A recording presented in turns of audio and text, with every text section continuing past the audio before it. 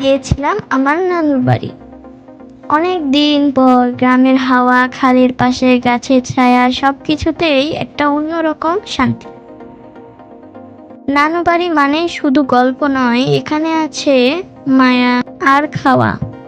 হঠাৎ নানু বলল, আজকে হাঁস বোনা হবে। তারপর শুরু হলো ধাওয়া। এক পাশে মামা, আরেক পাশে মামানি, আরেক পাশে আমি, আরেক পাশে আয়ান। হাঁসটা এমন দৌড় দিল, মনে হলো অলিম্পিক চলছে। হাঁস ধরা পড়লো, এখন কাজ শুরু। জবাই করা হলো, পানি গরম হচ্ছে, পালক তোলা হচ্ছে, চারপাশে সবাই ব্যস্ত।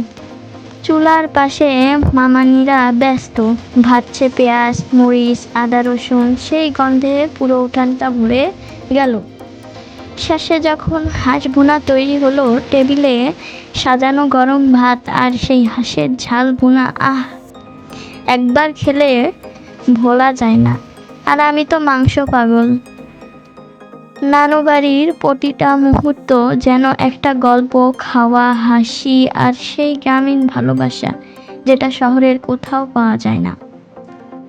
দিনটা শেষ হলে স্মৃতি থেকে যাবে সারা জীবন, কারণ নানু বাড়ির হাসি আর হাঁস দুটোই অমূল্য।